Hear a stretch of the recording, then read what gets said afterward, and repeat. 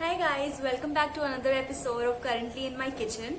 So today's recipe is something that I had planned on from a long long span of time. So the results were fairly good, and those of you who follow me on Instagram already know how my parents reacted to this recipe. It was heartwarming.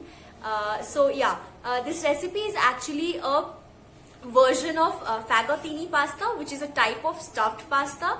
And I know for all my life I believed that pastas were one-dimensional thing and that you needed a lot of sauces and to add to the layers and the textures and enhance the flavors. But since I've been researching a lot and reading a lot, I got to know that earlier pasta was only served with broth until early 17th century, when people started using the different types of sauces, the tomato sauces and all.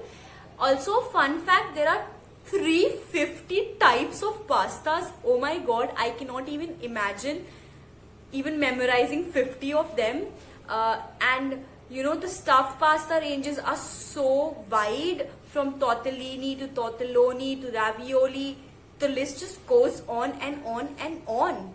But yeah, this version is about a fagottini pasta, which looks like a flour, sort of a flour. So I have named this recipe the Flour Child. Also, this video is divided into two parts. The first part is about the pasta dough, the pasta filling, and how I've not boiled the pasta, but I've kind of used a different technique. You feel free to boil the pasta. But I was just experimenting, so I've tried something new. And the second part of the video is about the two sauces that I prepared for the pasta, which was pumpkin sauce and beetroot bechamel. And I know as a teenager I've hated both of these vegetables, but believe me, I just needed to chuck this idea off from my mind that you don't need to hate things that you hated when you were a kid. Also, if you're new to this channel, do not forget to hit on the bell icon below, subscribe, share, like and comment. Let's get started. Okay, so first thing first, let's start with the filling. In a bowl, I'll take 3/4 cup of ricotta cheese. Ricotta cheese is nothing but ghar ka bana hua paneer. So this recipe is nothing very fancy. It's very simple. You'll get all the ingredients at your house. So now I'll add a 3/4 cup of ricotta cheese in a large bowl and then mash it with my spoon so that it becomes a little gooey in structure, because I don't want to make it I don't want it to have lumps or any small or big bits. I want it to be even.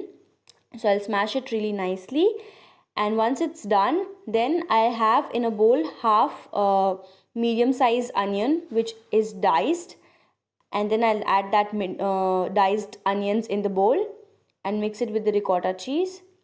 Add a little bit of salt just for the flavor, and then smash it really well, mix it again.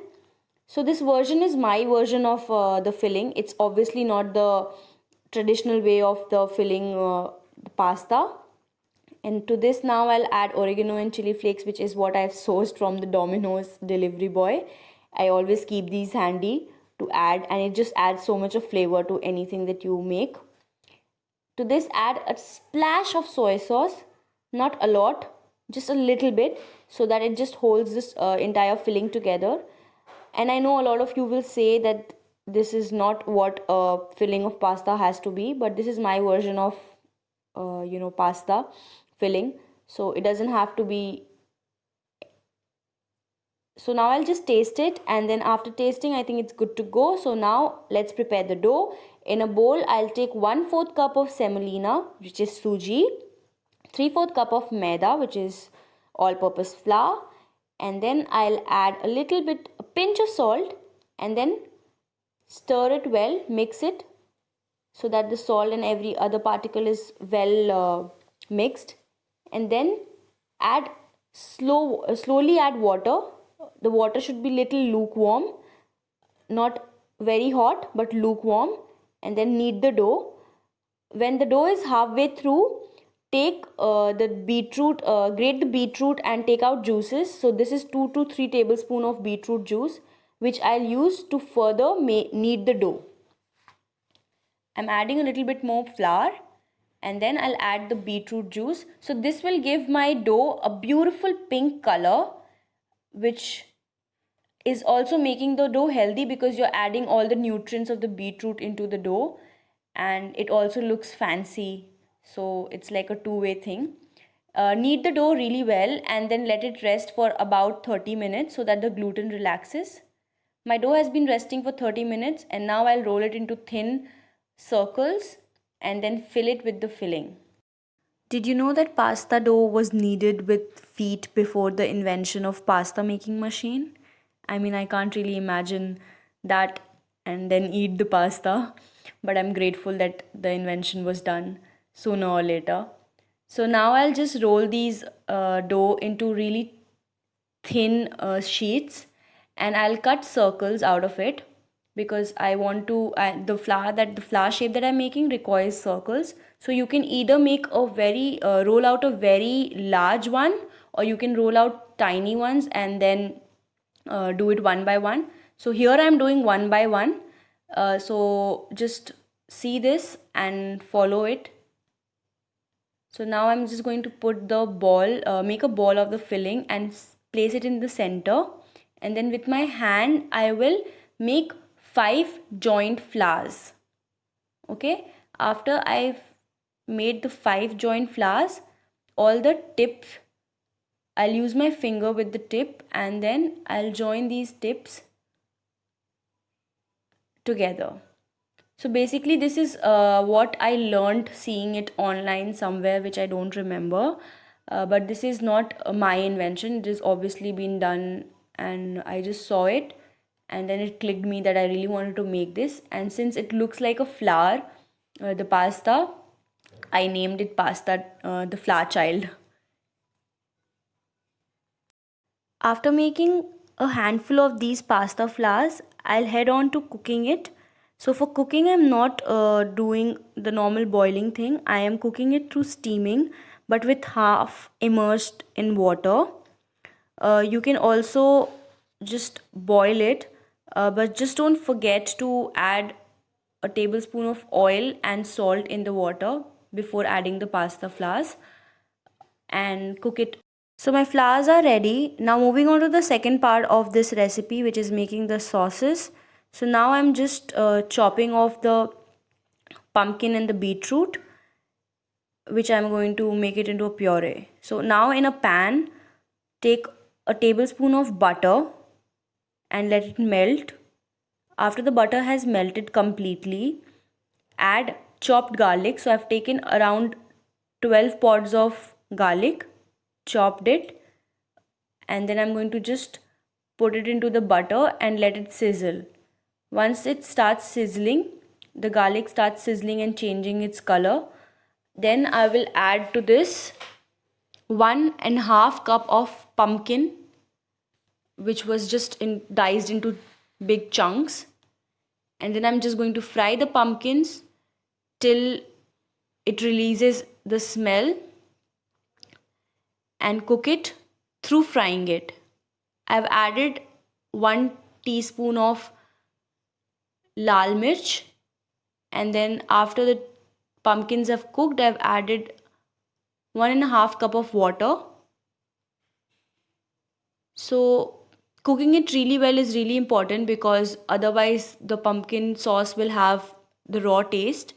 I've put on the lid and let it cook, and now that I have cooked it, I've pureed it and put it back in that same pan. I'm adding salt. So add salt according to your own taste. You can see the chunks of garlic, which is alright. Now I'll add 1.5 tablespoon of full fat cream and mix it, and the pumpkin sauce is ready.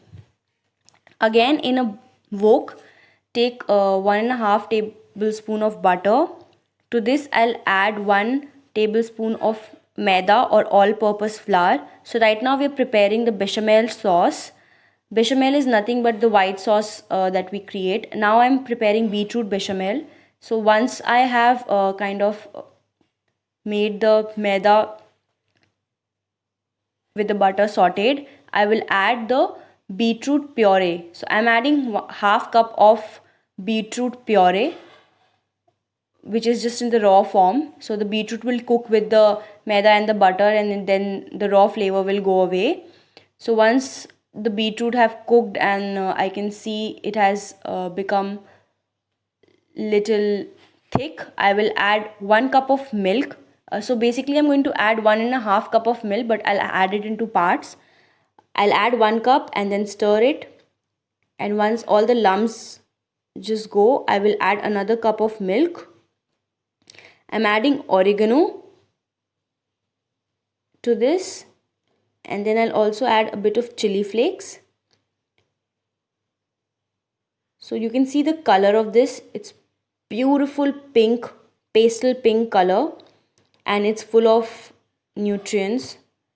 I'm also adding 1 spoon of full fat cream. You can also add malai, replace the full fat cream with malai, whatever is available with you.